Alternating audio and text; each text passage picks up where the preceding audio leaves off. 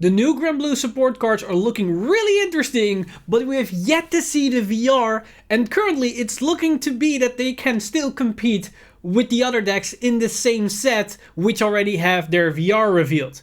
So, are they trying to break Granblue? Or is Night gonna be a lackluster VR? Let's talk about that.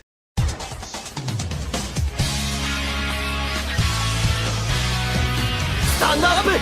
Vanguard!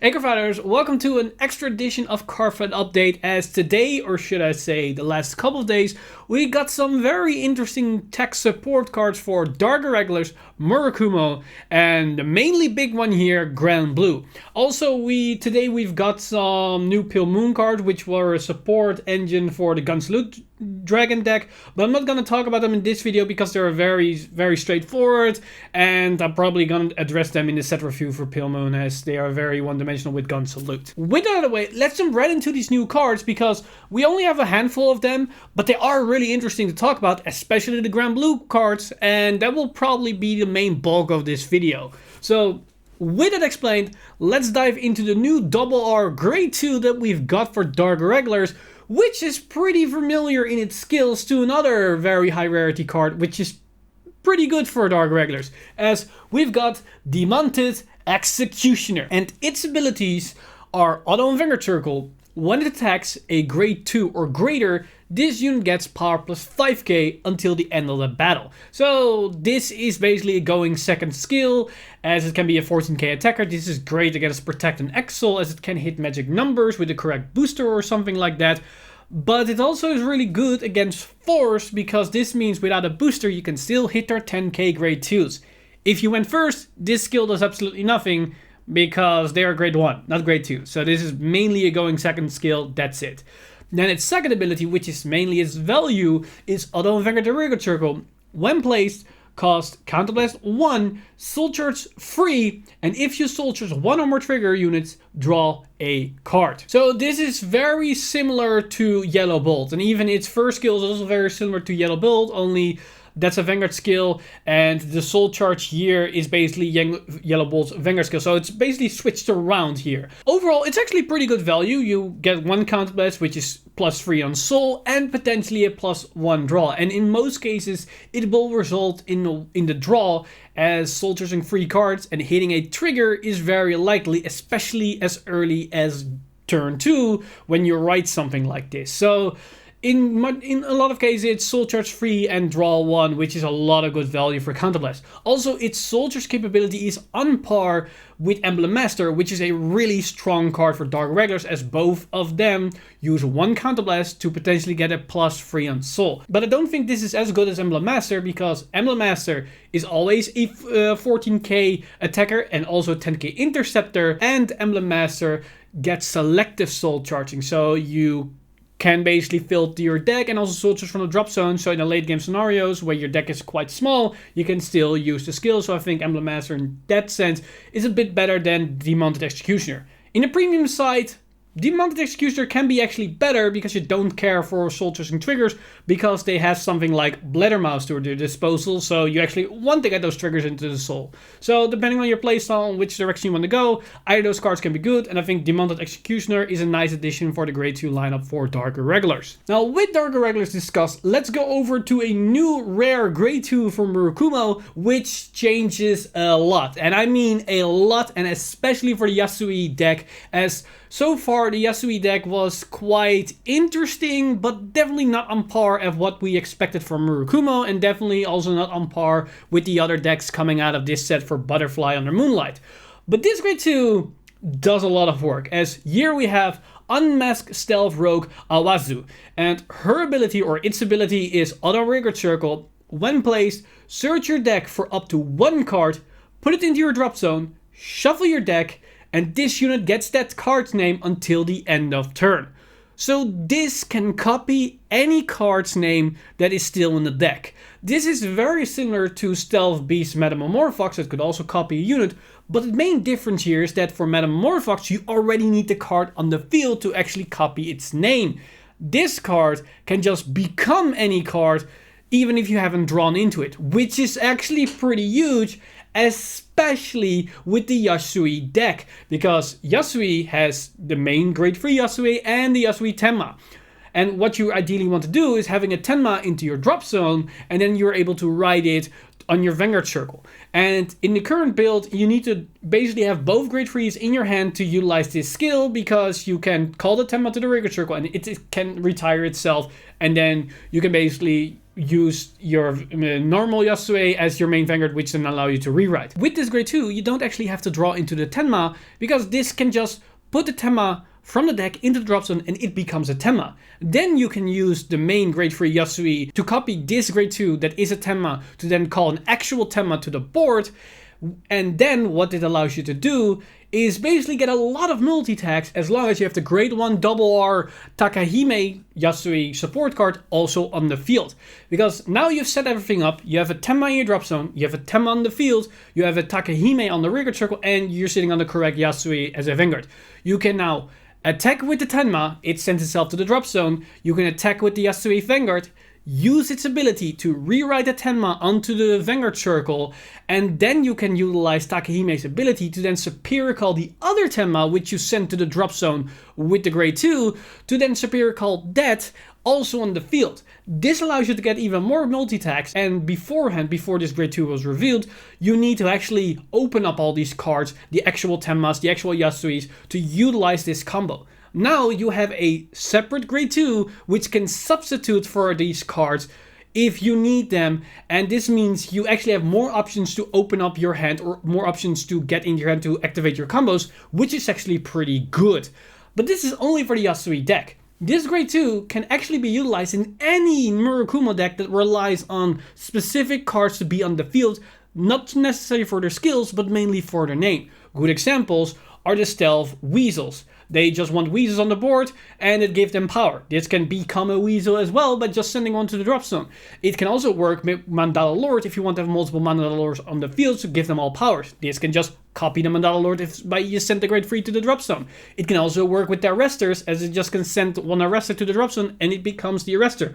Which incidentally can also work with Zanbaku to get the full stun lock active. If you miss something like the left Arrestor, you can just send the left Arrestor to the drop zone, superior call the right Arrestor, and you're also done. And there are many more options this card opens up. This is actually a really good card which can synergize with a lot of interesting things in Murakumo, and this can actually be a really good staple further down the road once we get more of these synergy interactions with drop zone cards as well as multi-copying units on the board. So Murakumo and Dark Regulars both got a really good new addition to their grade 2 lineup, but they weren't the only one, as Granblue got an insane new grade 2 unit, which is somewhat on par on Greed Shade levels, as they got this new triple R grade 2 Pirate Swordsman Columbard, the original Ember clone for Granblue, and its ability is auto Vanguard and Vanguard circle. When placed, cost Counterblast 1, search your deck for up to 1 card, put it into your drop zone, shuffle your deck, and call up to 1 card from your drop zone to the Vanguard circle. This ability may only be used by a card with the same card name once a turn, so it's the hard once per turn ruling on Columbard, which is obvious because this skill is insane. So very simply, this card allows you to mill a very specific card, which is already really good because you don't have to blindly mill. So if you need a specific card in the drop zone for a superior call engine or some combo, Columbard allows you to get that.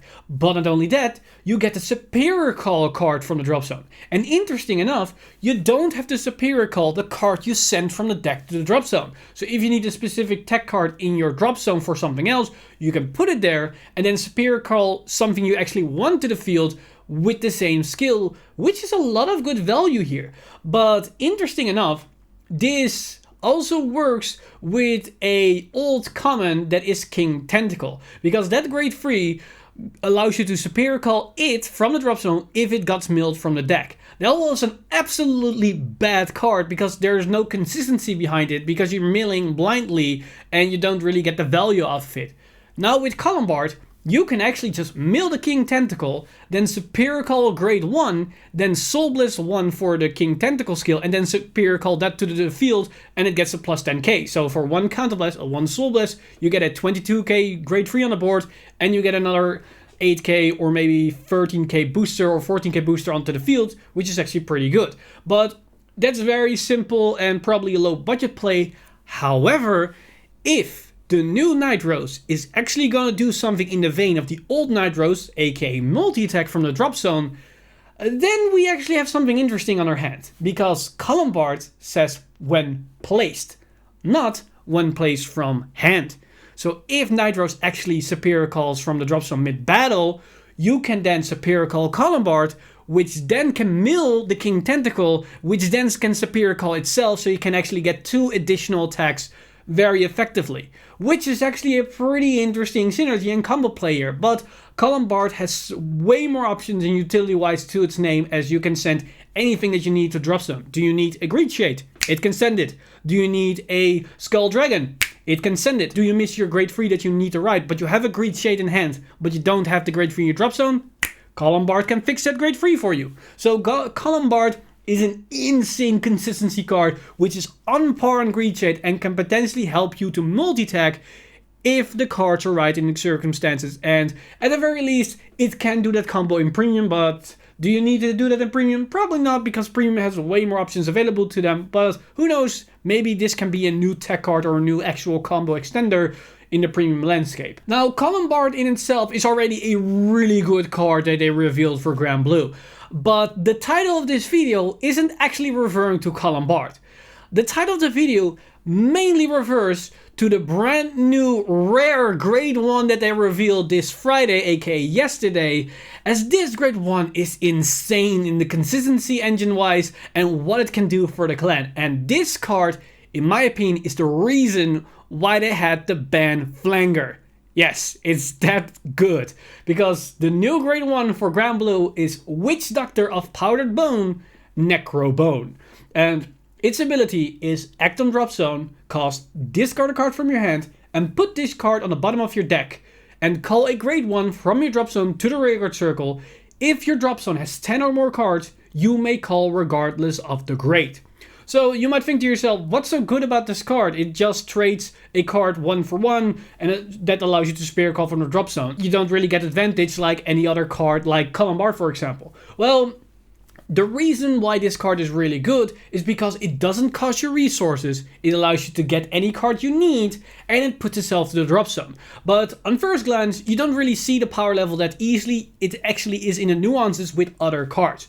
For the very basic thing about this card in itself is that it puts itself back to the deck. That means deck out issues are going to be less of an issue, because every time you use its ability, your deck goes +1. And you might think to yourself, well, it puts itself on the bottom of the deck, so once you use all your Necrobone, they're all on the bottom, and you cannot really do anything. Well, you can still shuffle your deck with the new Grade 3 Searcher, which is Tommy the Ghosty Brothers, so these can potentially shuffle back to the top, and they can be milled again and can be used again. Or you can combine this with Colombard to just immediately get it from the bottom of your deck back into the drop zone to then actually use it again. And this is what I meant with Colombard's power, that you can send any card to the drop zone and then superior call something else. You can just pick Necrobone, put it in the drop zone, and superior call an actual unit that you need. Then you can use Necrobone to put it back into the deck, so you don't minus on your deck for the milling, which is actually pretty good for longevity of your game plan. But that's just the simple part of this skill. The actual value lies in the fact that this card can go 1 for 1 with your hand without paying any cost, as you can superior call from a drop zone without using Counter Blast and Soul Blast, which in itself mean you can always use this skill at all time.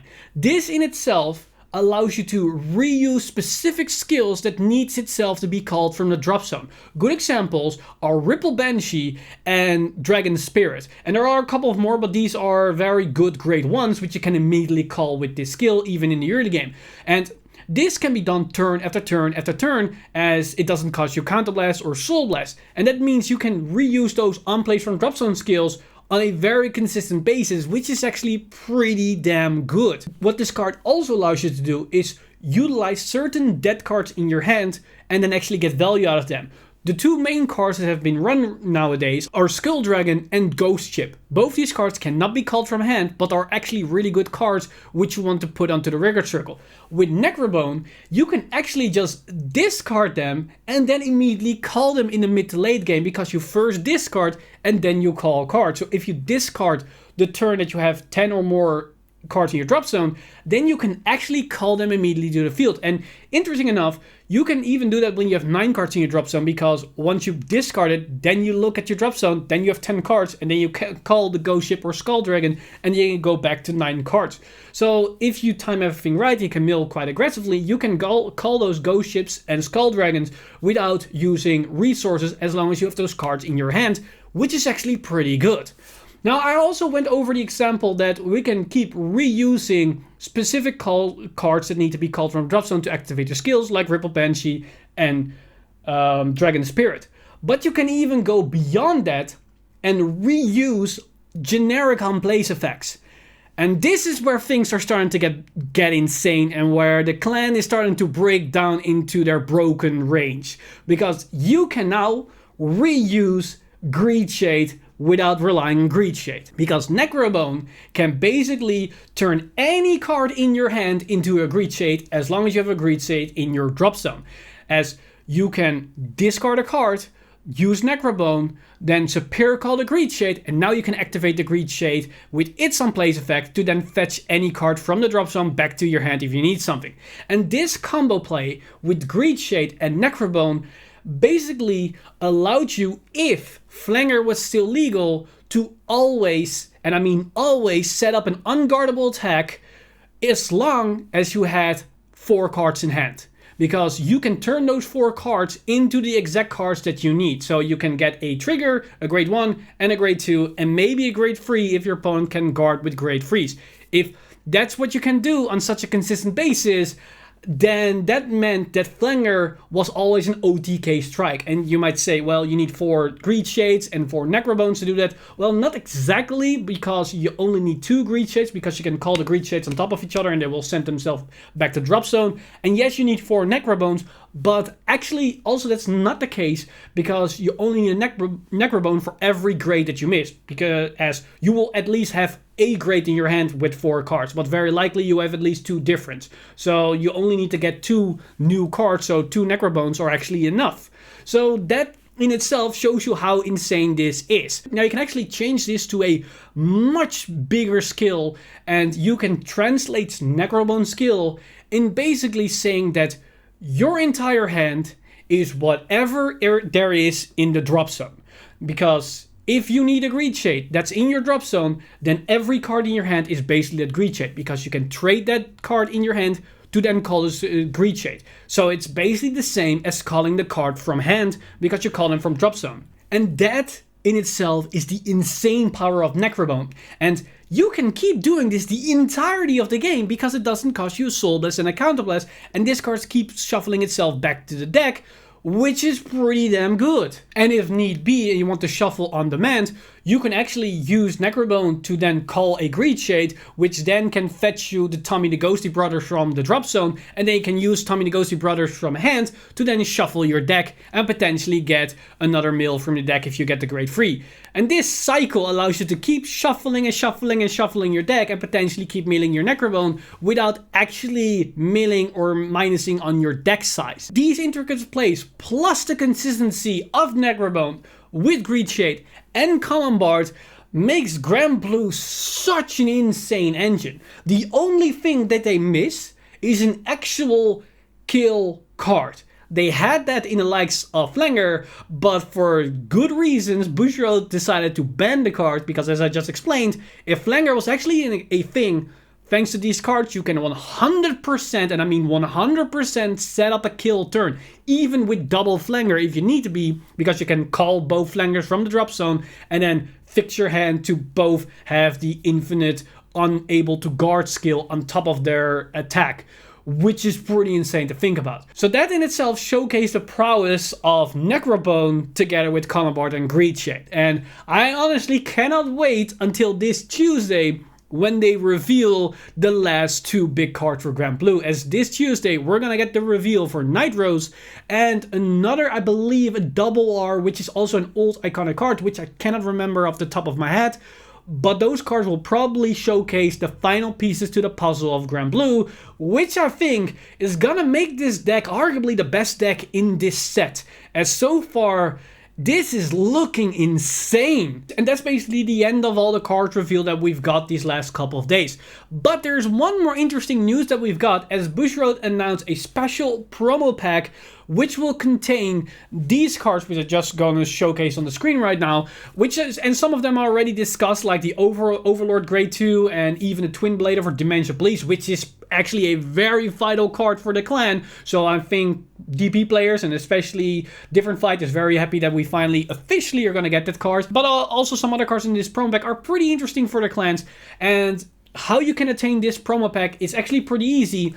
Just buy products. If you buy a sealed product by any official Bushiroad store, so probably your local game store, then you can attain a promo pack which will contain 2 out of these 8 cards. And by buying enough products, you basically can get your playset or enough cards so you can trade with other players the playsets of the cards that you actually need. And that basically wraps up all the reveals that we've got. As explained, these were some really interesting reveals, but the main attraction was of course the Granblue card. Even though the main card, Necrobon, is just a rare, you can see that the power level of certain decks or certain clans might be in their low rarity card, because Necrobone is absolutely insane, but granted, its power does come with other triple R cards, because Greed Shade, Columbards, as well as Tommy the Ghosty Brothers will definitely help to increase the power potential of Necrobone. And then we even have Nitros that can potentially make this deck from a super consistency engine to a lethal death machine. So I hope you guys are as excited as I am, because I cannot wait till this Tuesday. And that's for multiple reasons, because Tuesday we're going to get Nitros, but this Tuesday will also be the main product livestream where we're going to see what's going to happen for Vanguard the next coming months. So expect a double upload on this Tuesday, because the product livestream will be in the morning for us European players, and then late in the evening we've got the usual livestream where we gonna get Nitro. So I'm probably gonna do 2 separate videos on one single day. So expect a lot of content the next coming days. But with that said, let me know in the comments down below what you guys think of these new cards for Dark Irregulars, Murakumo, as well as Granblue, as they are very exciting and very interesting cards. And maybe I even overlooked a certain interaction or potential of the cards. So let me know in the comments down below all your thoughts and opinions. As always, I want to thank my Patreon supporters over at Patreon for making this video and everything possible on the channel. And if you too want to support the channel and everything that's happening on the channel, you can simply do that by going over to patreon.com/VanguardInsider and become a patron today, as well as subscribing and hitting the bell button to be updated for our future videos. But with that said, I'm Mr. Time Leap, and I see you guys in the next one.